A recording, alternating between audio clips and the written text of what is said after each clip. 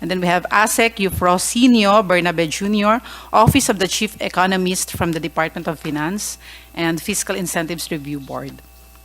We have USEC Felipe Igargo Jr., Legislative Liaison in Legal Affairs Cluster from the Department of Labor and Employment. Good morning po, Mr. Chair. Good morning po, everybody. Good morning, sir. We have Attorney Fermo B. Avila II, OIC Financial Analysis and Audit Division, and Company Registration and Monitoring Department from the Securities and Exchange Commission.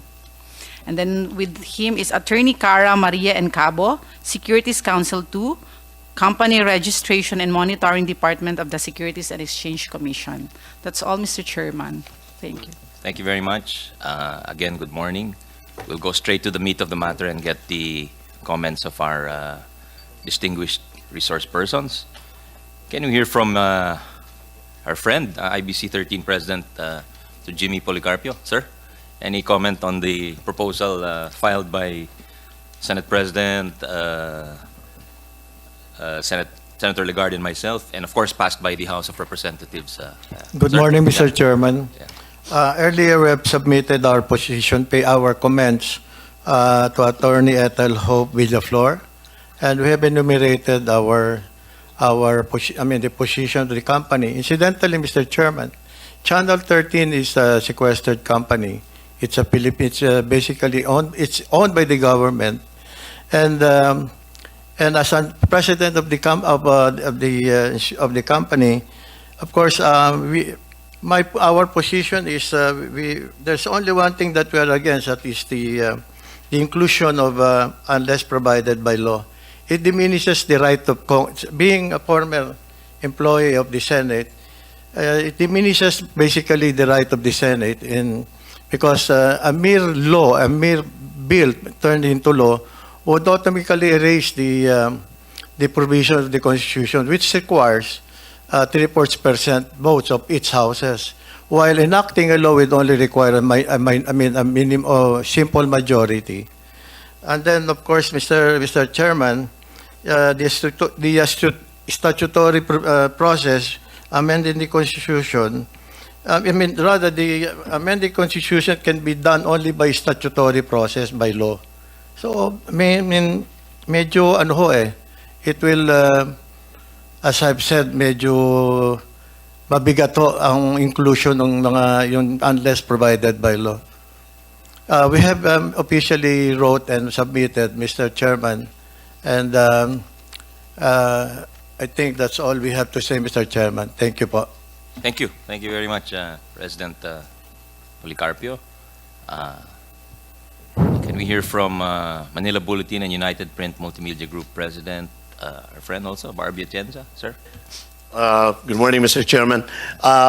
With this representation, Mr. Chairman, we still need material time to be able to consult with all the members of the United Print Media Group. It's an association of major publication companies in the country, and as you would imagine, we would probably have a myriad of opinions about this. Also from the Manila Bulletin, we did get the notice this week and wasn't able to discuss this. However, Mr. Chairman, I think there are also very clear pros and cons on the provisions given in the proposed resolution or proposed bill.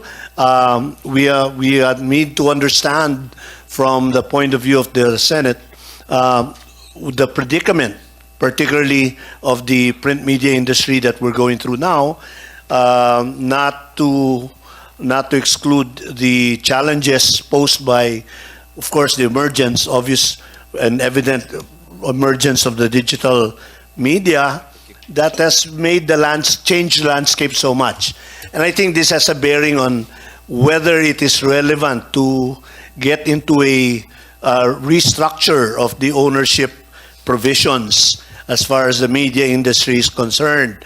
And also, we would also like to flag up, or this representation would also like to flag up, which I will sound off also to the membership, on its influence on editorial independence. I think those are the two primary points that we may have to be discussing further, and will incorporate into a position paper or that we will be submitting to the committee as soon as we can. Thank you, Mr. Chair. Thank you. Thank you very much, President Barbie Atienza. Can we hear from ArtZap studio owner and creative director Rena Lily Trajano? Good morning. Yes. Good morning. Yeah. So I came from a very small agency. I'm a sole proprietor. I have experiences with different investors who tried to invite me to partner with or invest. And until now, I'm still 100%, it's Filipino owned.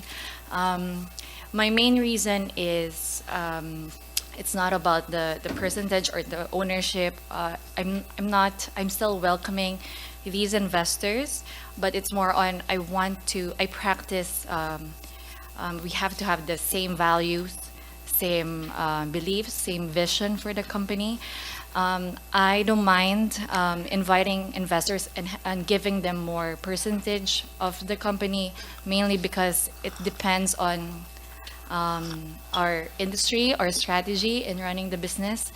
If you believe as a business owner that inviting them and giving them more power, let's say, will help the business grow and be global and will have a global impact, then I think you should go for it. So, yes, I think it is our right as business owners to have 100% freedom to give whatever percentage that we feel like it will work. Thank you. Thank you. Can we hear from the DDB Group Philippines Group Chief Culture Officer, Anna Chua Norbert? Good morning, Senator, and thank you Morning. for inviting us. We're quite concerned about the passing of this new charter change for two instances. We've already seen, as a multinational agency, we've had the franchise of DDB for the past 30 years. Although we are majority owned locally, we're 97% owned locally. Sorry, And what percent? 97%. 97. And only 3%. We have majority of the operations in terms of being able to control hiring and managing whatnot, our strategies, as what's said. What we found during the COVID-19 pandemic, though, that we were actually left on our own devices, regardless of them being part of the global network. So it really didn't actually add value to us. In fact, some of our counterparts actually hindered in terms of being able to do pay cuts, which we didn't, we didn't find it valuable to our people, so we didn't have to follow because they weren't majority owners. So that's one of the things that we feel that if this law passed, it might like hinder in terms of operations and therefore lose our ability to localize our strategy better.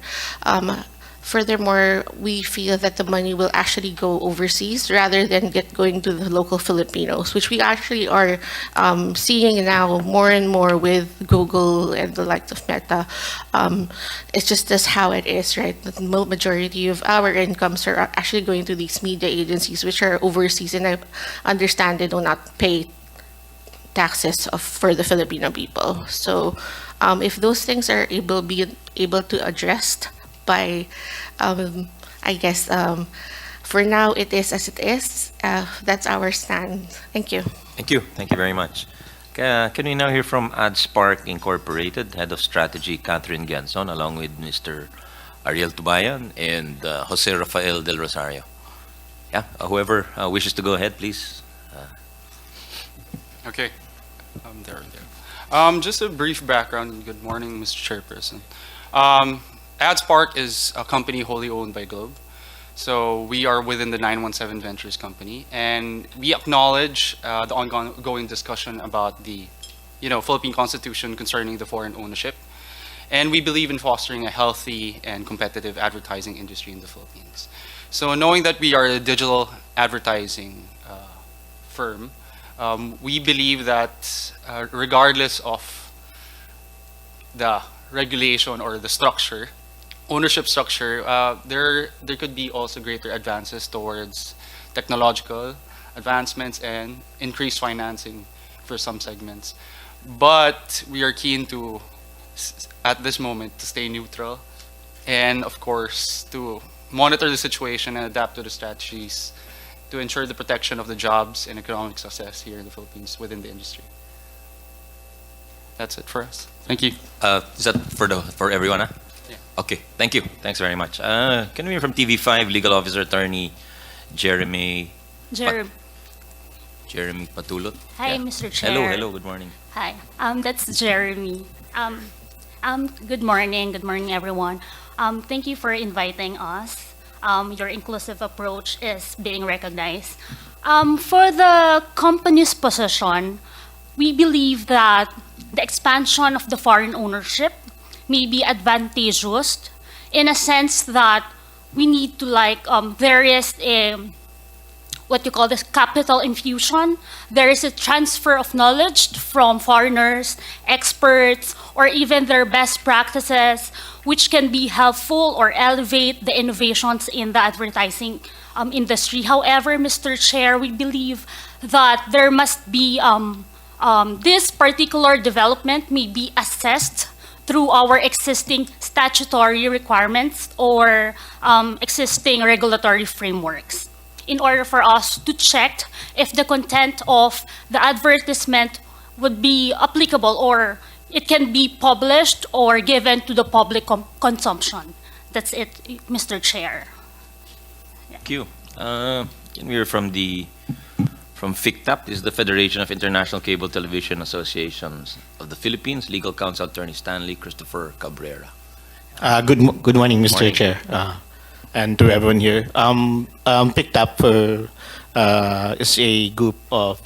We started as a cable TV group, and we expanded to include bus operators and telco operators. Of course, with the passage of the amendments to the Public Service Act, the industry is already prepared to transition to allowing foreign investment into more foreign investment into telco and other industries. First of all, we appreciate the initiative and the efforts of both houses of Congress and Senate in finding ways to attract foreign investment. We understand that foreign investors view the Philippines as having a lot of potential. And of course, we would also appreciate if they would invest in the Philippines. I share the comments of Mr. Policarpio with regards to having the provision there unless otherwise provided by law. We are cognizant of the fact that this particular methodology, or rather this phrasing, is also already present in some sections of the Constitution. At any rate, with regards to the broadcast industry, which is also affected by the advertising industry because that is primarily one of the sources of the income of broadcasting companies, we would prefer for broadcasting industry to right now still maintain the Filipino ownership requirements, which is 100%. Primarily because there's for the past few years, there's been a lot of volatility in the broadcast industry. So we would prefer that those developments in the broadcast industry would settle first, so that if we introduce significant changes, they might increase the volatility in the local industry. Also, we're also still grasping our response regarding the entry of live streaming like Netflix, which have dominated the multimedia industry, content industries. Also, there's a trend that a lot of content creators use social media. So social media and streaming, they're primarily controlled by foreign entities already. So we're still formulating a response to that. So we are welcome again. We are welcoming with regards to the foreign investment, but we are looking as well as what effect that will do in the short term. Thank you. Thank you, Attorney. Can you now hear from the KBP, from the Ad Standards Council, Legal Counsel, kapisanan ng mga broadcaster ng Pilipinas. We have with us Attorney Rudolph Jularbal. Good morning, Mr. Morning, sir. Chairperson. Good morning Thank you po. for inviting us. I represent both the Ad Standards Council and the kapisanan ng mga broadcasters ng Pilipinas. For the Ad Standards Council, Mr. Chairperson, let me first give a short background. The Ad Standards Council is the successor of Ad Board, the Advertising Board of the Philippines, and it is focused on content regulation. The Philippines has a unique experience insofar as advertising content regulation is concerned. It operates under a regime of self-regulation, a very unique circumstance worldwide. In fact, I think there's only one or two other countries that have self-regulation in the advertising industry. Now, this is important in the context of the proposed amendment because the percentage ownership of Filipinos being 70% in the advertising industry, we believe has something to do with ensurance that content is aligned with Philippine culture, Philippine norms, and other national interests. However, in the Philippines, since there is a regime of self-regulation, content is regulated even before they are aired or published in platforms. Unlike other countries where the restraint is done post-airing, post-printing, post-publication, post-posting on billboards. So we believe that we will leave the decision to the advertising industry, mean to say the advertising agencies who are affected by this provision. As far as the ASC is concerned, we as long as the self-regulation regime is functional, regardless of the ownership of advertising agencies, content will be regulated effectively. We have 50 years of self-regulation in the Philippines, Your Honor, and it has been very successful. Which brings me now to the KBP. The KBP is a member of the Ad Standards Council. It represents the broadcast platform where advertising material are aired. We are a member of the ASC, and so we ensure that all materials that are aired in our member station have passed the self-regulatory regime or observance of self-regulation in the advertising industry.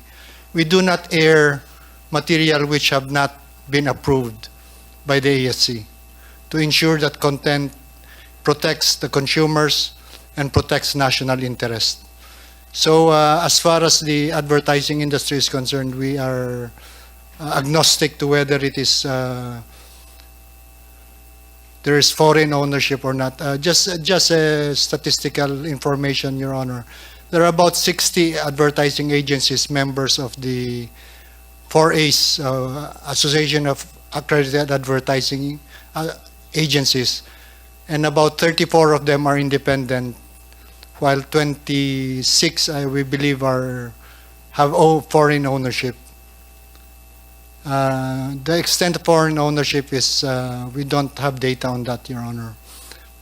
So because of technology also, the entry of content into the Philippines has somehow loosened.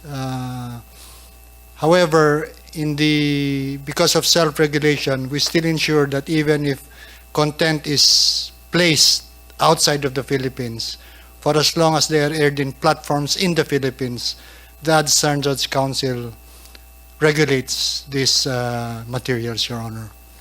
That's all, Your Honor. Thank you. Thank you very much, Attorney Gilarbal. Very insightful and good context for the committee in considering the proposal. Salamat po.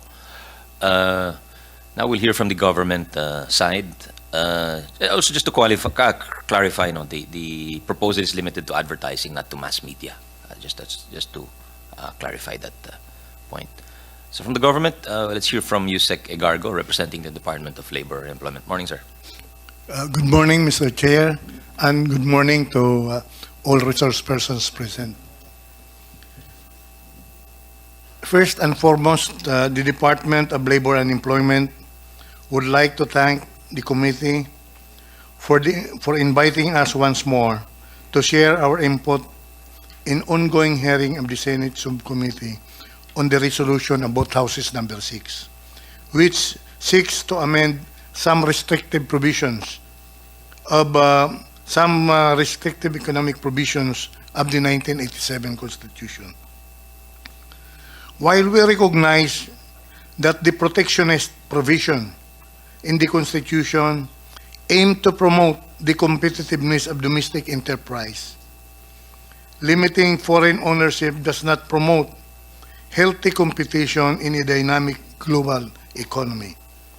In a fast-paced, ever-changing global economy, driven more and more by technological breakthroughs and cross-border correctness, a country's economic policies must paramountly be flexible.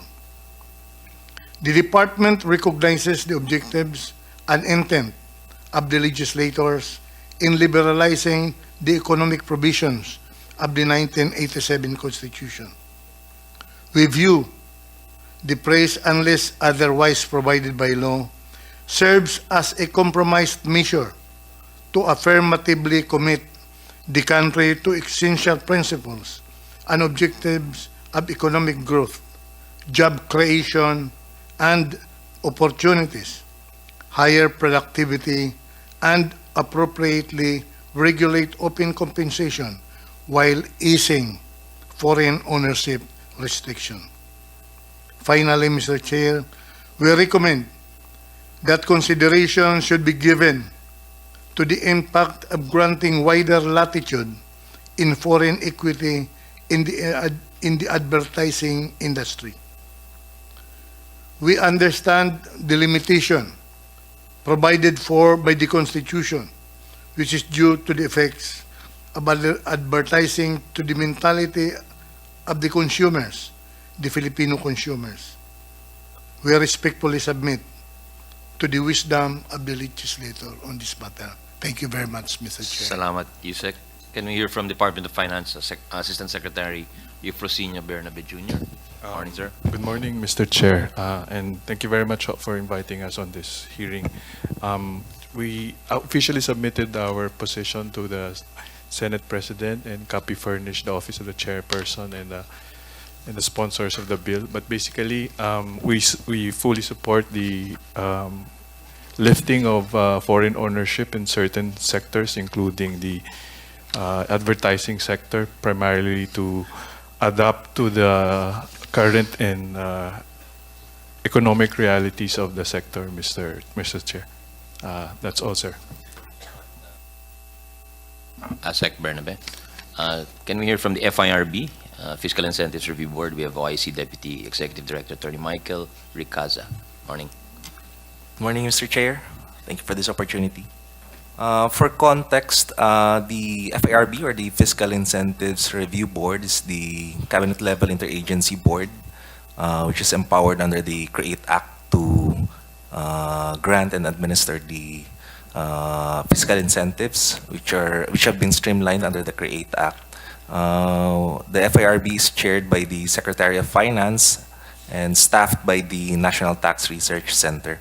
Insofar as the FIRB Secretariat is concerned, we usually defer to the policy direction of the Department of Finance, but we essentially also agree and support the proposed amendments to the provisions, which are seemingly decades-old restrictive economic provisions enshrined in the 1987 Constitution.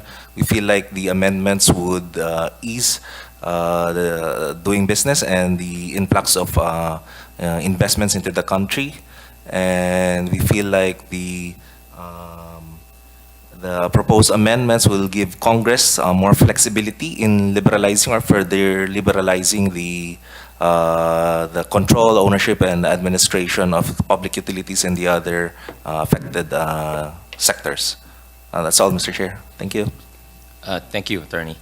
Can we hear from the SEC, OIC Financial Analysis and Audit Division, Attorney Fermo Avila, the second, with Attorney Cara Maria Encabo and Attorney Ferdino Logi Santiago. Yeah. Morning po. This is Ferdino Santiago from the SEC. Good morning, Mr. Chair. On behalf of Chairperson Aquino and the SEC, we would like to thank Mr. Chair and this committee for the opportunity to provide comments and suggestions on the subject measure. The SEC supports the initiatives of the Congress to amend the Constitution to keep up with the increasingly globalized age, while adequately protecting the general policy of Filipino First that guides the economic provisions of the Constitution. Further, the Commission supports any legislative measure that seeks to improve the country's economy. We note, however, that the constitutional amendments or revisions proposed involve issues that can be competently addressed by constitutional authorities or members of the Congress in consultation with pertinent groups, agencies, and people having extensive experience and knowledge on the subject matters, such as the Department of Trade and Industry, the Department of Education, and industry associations. Accordingly, the Commission differs in their wisdom. We will submit our position paper as soon as it is cleared by our principals. Again, thank you, Mr. Chair. Salamat, Attorney. Last from the government is DTI Board of Investment Supervising Investment Specialist Dino John Recto. Morning. Good morning, Mr. Chair. Subject to our principal's review of our official position paper, we would just like to summarize and provide some points to consider. So first is we support actually the amendments as it will provide better signaling of how open the Philippine economy is towards foreign investments. If we look at the 2020 ranking of the Philippines, it's the third most restrictive out of 85 countries in the OECD's Foreign Direct Investment Regulatory Restrictive Index. So that's in 2020. We have already made a lot of reforms since then, like the PSA, like the FIA, and other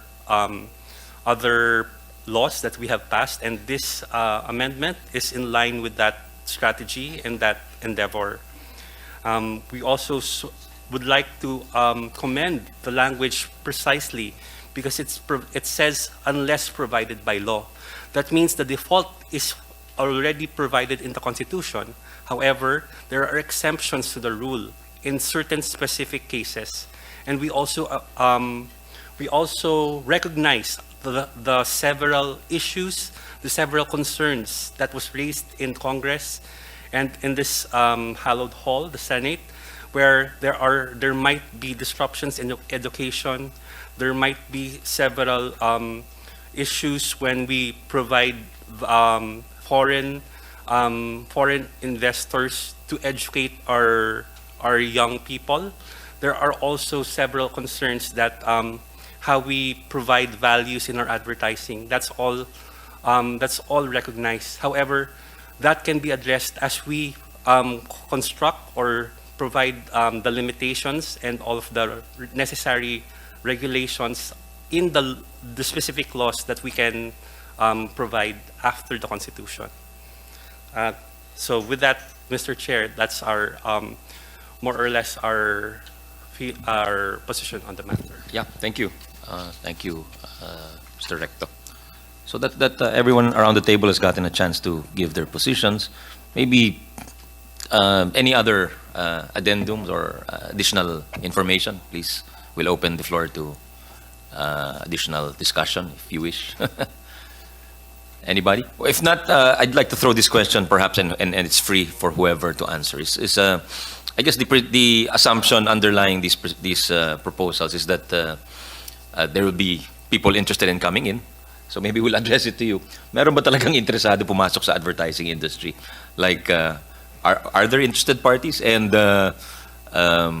what is the size of their potential investment? And what are you mentioned pros and cons, people from the industry. And some are firm specific, meaning the ability to be more autonomous, make autonomous decisions. But that I don't think that will be affected by the entry of foreign participants. It's only affected if you allow the entry of foreign participants, meaning if you keep your firm locally, predominantly majority owned, then you're not subject to those constraints. But yeah, is there a threat of jobs local? I think that's to get to the point. No? Is there a threat of local jobs? Is there a substantial threat to local industries? Or because my impression is Philippine creatives are probably among the best in the world. So whatever happens, because we see Filipino companies being hired in the Netherlands, in Malaysia, Filipino executives all over the world, di ba? So the work is speaks for itself. So yun ang impression ko, no? But please educate me because you're the stakeholders in the industry, kayo yung maapektuhan dito. So yun ang concern ko, yung the pros and cons in weighing them. It's never a black and white decision when it comes to policy, no? So those are the things we have to weigh going forward. So I just like a freewheeling discussion on this, and we respect all positions here at the table. Yeah. So anybody, please. If I may take Yes, this one, sir. please. As a member of 4As and part of the board of 4As, sir, thank you for mentioning that you are giving us the free will to actually have the authority to make a decision, and ASC will support the changes moving forward. Majority of our members are independent, and they do enjoy the autonomies of being owned, solely owned. Not only do they share the revenue to their own individual, and not having to have that money go somewhere else or in a foreign company. As a practitioner for this and a member of 4As, we've seen all sorts of advertising agencies already in the country, whether it's international or local, they're already here. So it really doesn't change much for us. Thank you. That's a good point. Anybody else? Yeah. President Policarpio. Mr. Chairman, my only concern is at time like this, where in midst of a media battle, especially concerning the West Philippine Sea and the South Philippine Sea, the entry of foreign entities in our country could enhance the interest of the foreign interest to the detriment of local interest of the Filipino people by itself. So I think there should be some sort of a key that will some control in order so as not to jeopardize our position. Much more so, the social media are very strong right now, and it's a matter of fact, Mr. Chairman, that there are some social media advocating support for China in the derogatory or any position they have in the West Philippine Sea. Medyo binebenta ng some locals, binebenta na yung Pilipinas sa China. Yun lang ang concern. That should be stopped. That should be considered. That should be controlled. That's all, Mr. Chairman. Yeah. That's a good point, no? Yung national interest natin must be protected. I agree totally. Pero tama rin si Mr. Recto, sabi niya there's the level of specific legislation. Perhaps not at the constitutional level, but at the statutory level.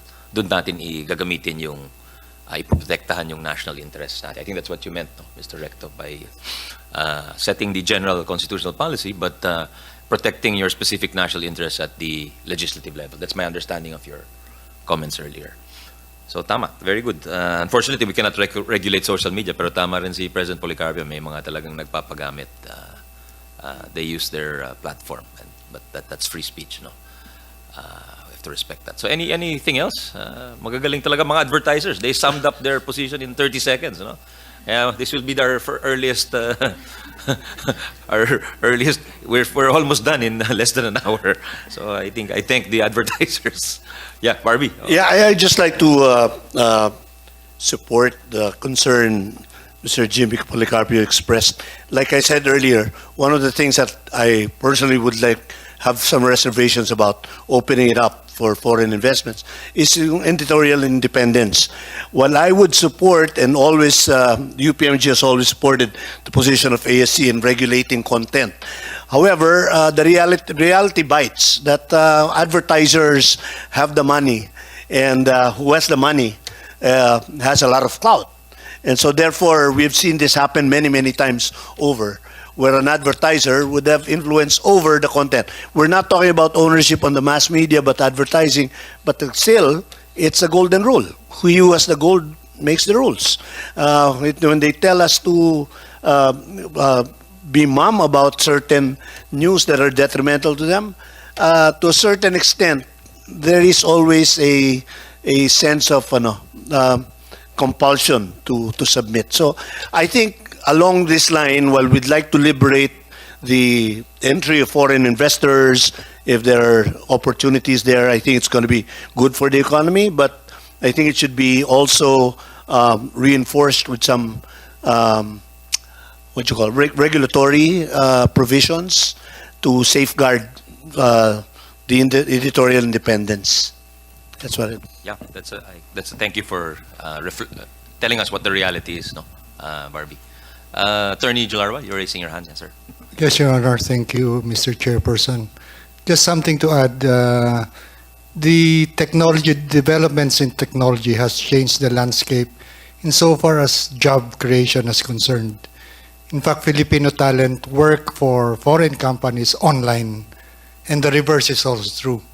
Foreign talents are contributors to content, advertising content online. So technology has really changed the landscape as compared to what it was in 1987. Just to add to what my friend Barbie added, the media outlets, broadcast, print, online, etc., are the gatekeepers of content.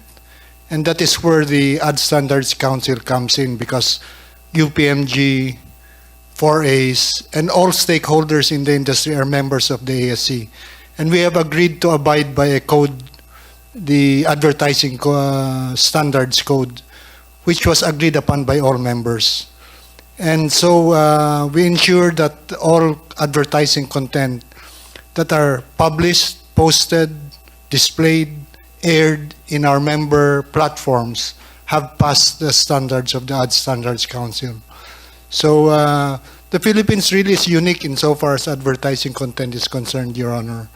And that is a tribute to the advertising industry and the self-regulatory aspect of the industry. Thank you, Your Honor. Thank you, Attorney Jularbal. Yeah, anything else before we wrap up? Yeah, Attorney. Good morning again, sir. This is just a reaction to statements because there was a statement that with regards to the international relations with our neighbors, also the statement that if the one who has the money, the resources tend to dominate an industry, or and then also Attorney Lorval from the KBP mentioned that there is a change in the technology. I'm confident with the ads board, with our colleagues here, that they can police their ranks, whether or not there are foreign investors there. But we mentioned reality. We observed that, for example, there are ads, a lot of ads in social media, which is a very strong platform. Ads for like online casinos, online Chinese casinos, or even our content providers saying, I don't know if you're familiar, sir, but they keep on mentioning certain betting companies, sorry. I'm not sure if these sort of ads or sort of methodologies actually pass to certain agencies. I think if we were concerned about the influence of foreign influences, we'd have to look at that as well. But again, I'm not sure if it even passes to the traditional ad agencies, or if there is even an ad agency for that. Gaming. Yeah, gaming. Maybe you can ask Attorney Jularbal, dumadaan ba yung online ads sa inyo? Hindi na yata, no? If the advertiser is a member of PANA, the answer is yes. Or if the content is created by a member of 4As, the answer is yes. Or they are aired in member stations or in member platforms, the answer is yes. However, because of technology, advertising content can be created outside of the Philippines, That's right. placed in platforms that are shown in the Philippines but not a member platform. So the World Wide Web has really changed the landscape, Your Honor. So karamihan hindi na rin dumadaan. I think that's the answer to, or that's the response to what you're saying. Oh. Like YouTube, I don't think YouTube goes through KBP anymore. Diba? Hindi na. Not YouTube, Your Honor, but if the some of the advertisers, I guess if it's a local company, yes, Your that's Honor. what you're saying. Okay, yeah, but yeah, I see that a lot because when you watch sports online, for instance, a lot of the betting, palagay ko hindi dumadaan sa atin yun. Okay, so If there are any other, we'll open the floor up for any other statements before we wrap up. Yeah. If none, okay. Well, thank you very much for a very brief but productive session. So, salamat. We appreciate it. You know, the other sessions took about 6 hours, 5 hours. Yeah. So thank you very much. I think the ability to communicate in a brief amount of time is appreciated. Thank you very much, Your Honors. I would like to suspend the subcommittee and announce that we have an out-of-town hearing in Baguio on Friday, if anyone is interested to attend. Yeah. Thank you.